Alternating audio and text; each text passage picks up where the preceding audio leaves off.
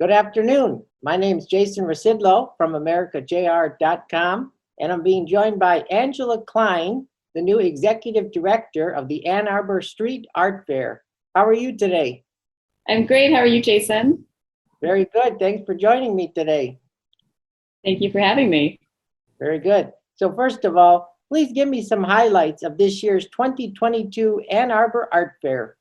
Oh my, there's so many things to list. We have, of course, besides our 200 artists on our footprint and almost 1,000 artists for the art fair in total, we have 3 stages of music.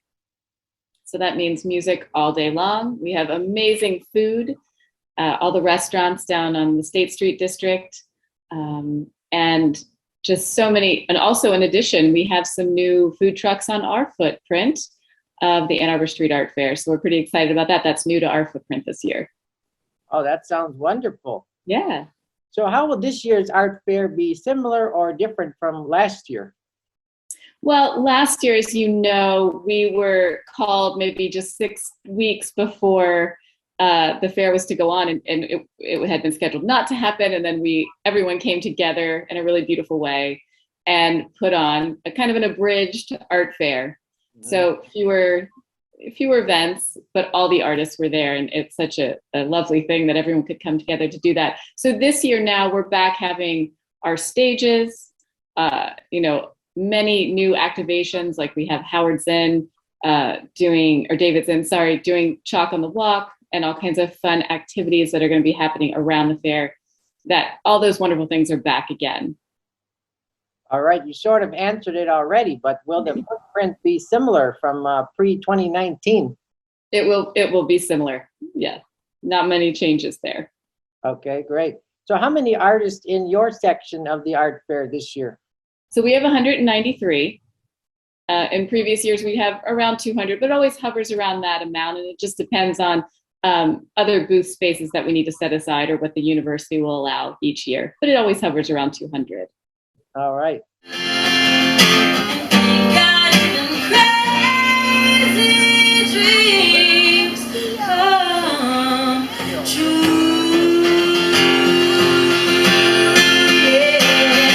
So one of the things we missed last year was the live entertainment. So you're saying that's coming back? Yeah, so we have everyone from the Detroit Opera is performing. We have bands like Delta 88 and Timothy Munger and some really well-known Annie Capps, and just so many of my favorites. Brian Lilly are going to be playing at this event on our footprint. It's the Fountain Stage is what we call it. And then around the Fountain Stage, we'll have all of our new food trucks. And in addition to that, which is very nice, the Fountain Stage will be completely tented with tables and chairs. So it's a perfect place to sit and listen to some acoustic music and have some food. Oh, cool. I know one of the festival favorites is the artist demonstrations and the art activity zones. So those have been postponed this year, one more year for COVID, mostly because so many children like to be a part of that.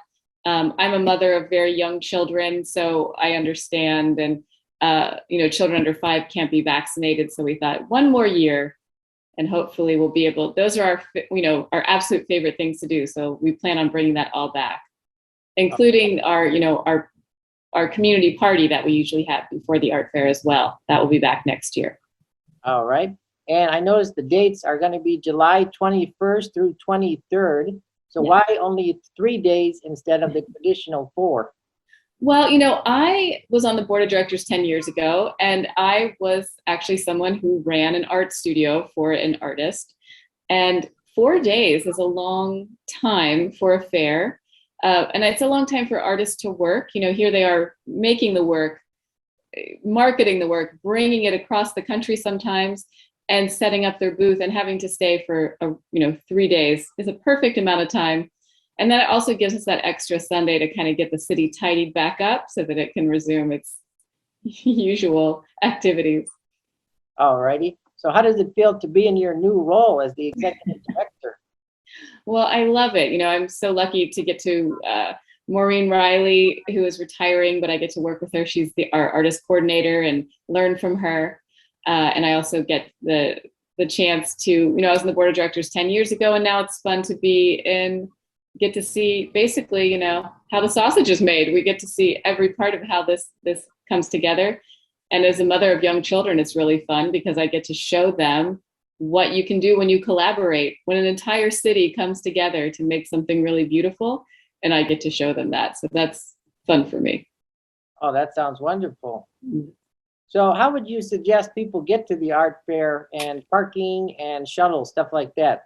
So the parking, all of the Ann Arbor parking structures are open.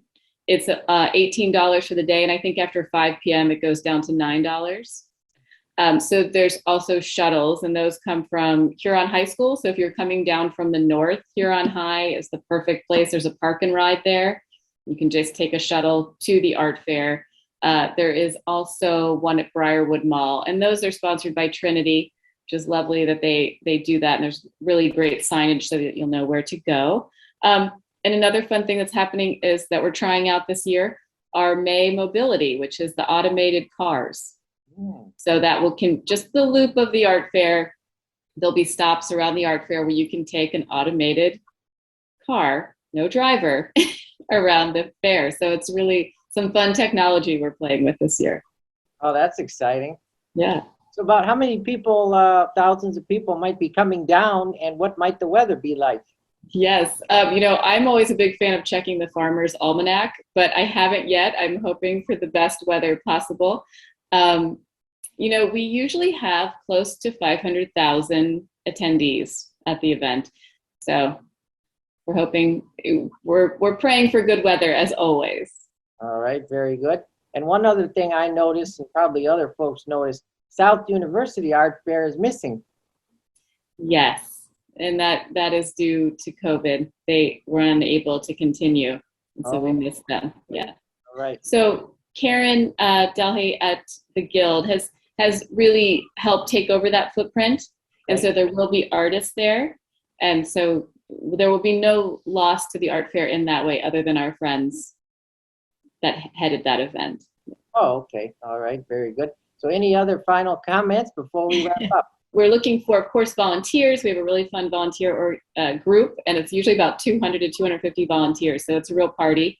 And then we're also looking for operations crew, which is people that come in and set up and tear down and have a good time with the artists and the vendors and everyone and volunteers.